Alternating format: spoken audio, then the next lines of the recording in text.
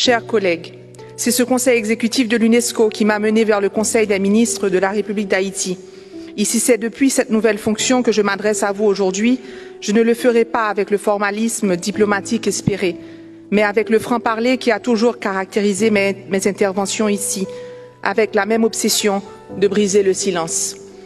Dans cette maison qui sert aussi de rempart contre le racisme et la discrimination, vous ne pouvez plus rester insensible aux effets insidieux des politiques racistes et du discours de la haine qui gangrène ma région. De Springfield, Ohio, à Santo Domingo, nous ne pouvons plus rester silencieux. Nous ne pouvons plus rester silencieux devant les 500 000 Haïtiens ciblés par une décision de déportation en masse, en violation flagrante de leurs droits humains et des traités internationaux dont vous êtes aussi les dépositaires ici. Une opération qui n'épargne personne, ni nourrissons arrachés du sein de leur mère et mis en cage, ni jeunes filles emportées seules au milieu de la nuit et livrées pour compte. Je représente le tiers d'une île que certains voudraient amputer, comme pour redessiner une frontière en césarienne, expulser un corps que l'on souhaite rejeter, chasser cette diaspora ostracisée, déshumanisée, refoulée par les horizons nouveaux où elle avait pourtant espéré se reconstruire. D'honnêtes gens victimes d'abus dans la chair comme dans l'âme, aux mains de leurs voisins. Chers collègues, je suis venue vous dire que chez moi, nous mourrons tous, trop nombreux, trop vite, trop seuls. Nous mourrons émaciés par la faim, par la peur et par le désespoir. Nous mourrons aussi de honte, nous, fiers descendants de Dessalines et de Catherine Flon, héritiers et gardiens d'une dignité sacrée arrachée au prix du sang, aujourd'hui réduits à tendre la main pour des miettes. Honte que notre patrimoine bâti soit livré aux aléas climatiques et aux convoitises criminelles. Et que jusqu'au symbole ultime de notre identité, la citadelle Henri, site de patrimoine mondial, fasse aujourd'hui l'objet de vols et de vandalisme. Et puisque nous vivons plus, nous nous résignons à décider comment mourir. Nous avons, sans thérapie, réconcilié avec le béton qui nous avait enterrés en 2010. Nous avons choisi de monter et de renforcer nos murs, choisi de sombrer sous les dalles d'un éventuel séisme, mieux que sous les balles d'un perpétuel terrorisme. Je viens d'un coin des Amériques qui s'efface dans l'indifférence du monde, un naufrage annoncé mais pourtant ignoré, une catastrophe pour laquelle il ne semble y avoir ni ligne budgétaire, ni secours dans les cahiers de l'international. Alors qu'ici nous cherchons à sauver des îles qui disparaissent sous l'effet du changement climatique, que faisons-nous pour celles qui croulent sous la barbarie? Chers collègues, dans cette compétition tragique où les malheurs du monde se disputent votre attention, la situation de mon pays doit vous alarmer.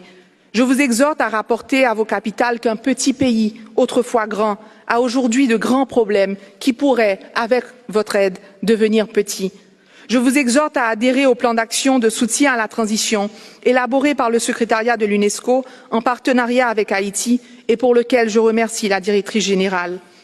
Vu de loin, le plus grand risque réputationnel auquel fait face l'organisation n'est pas le silence face à des attaques à caractère personnel, ni la chasse au scandale à l'interne, mais plutôt dans notre silence face aux urgences qui nous obligent à l'externe.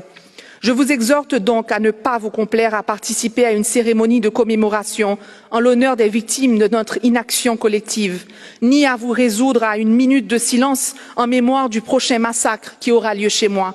Le pire est encore inévitable, mais il ne le sera pas pour longtemps. Et dans cet intervalle, je n'ai aujourd'hui comme hier à ma disposition qu'une seule arme, la parole, la diplomatie de la vérité et la vérité sans peur. Je vous parlerai en tant que ministre d'une terre de liberté transformée en Alcatraz, une Haïti où tous les champs de compétences de l'UNESCO sont sous assaut. Au-delà des menaces existentielles de l'éducation, la culture et les sciences, c'est le secteur de l'information, pilier de toute société démocratique qui est ébranlé. Les journalistes subissent des attaques mortelles et la virulente dissémination de la désinformation et du cyberharcèlement pollue l'esprit de mes concitoyens, en particulier des jeunes.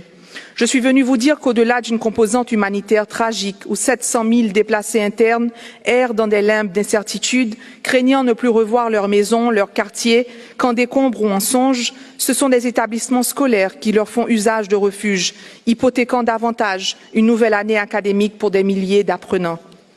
Vous racontez une capitale où les trottoirs sont tapissés de livres scolaires, attendant des mains qui n'existent plus. Des enfants, jadis porteurs d'espoir, aujourd'hui happés par les gangs, et devenus l'espace d'un ciment, victimes et bourreaux, tour à tour, vigies de gangs, brûleurs de cadavres, contraints par l'autophagie de leurs tripes à choisir entre leur innocence et leur survie. Dans mon pays, théâtre d'un combat entre l'éducation et la faim, c'est la violence qui l'emporte. Vous confiez que tout mon peuple, plus de 12 millions d'âmes, est pris en otage par 2000 bandits, que 6 millions de mes compatriotes vivent dans l'insécurité alimentaire et que s'accélère le spectre de la famine, la première de l'hémisphère. Que les filles et les femmes sont encore et toujours en première ligne des ravages des bandes armées, qu'entre janvier et mai de cette année, plus de 4000 vies ont été dévastées par la violence basée sur le genre. Excellence, il y a 2 jours à Washington, j'ai invité 600 femmes à ne jamais garder le silence face aux injustices. Je vous formulerai ici le même appel. Je vous implore de ne plus détourner le regard de mon pays. Ce bain de sang que nous voyons se profiler peut et doit être évité. Ne rien faire, ne rien dire ferait de vous comme de moi des complices de l'inacceptable, des co-auteurs de nouveaux jamais plus. Chez moi, chaque nuit est une loterie de carnage où la vie perd sans cesse. Ici, dans cette salle, j'entends encore les cris de plus de 117 innocents massacrés le 3 octobre dernier. Leur dernier sourire, leur dernier baiser, leur dernier espoir nous hanteront longtemps si leur mémoire ne nous propulse pas à l'action.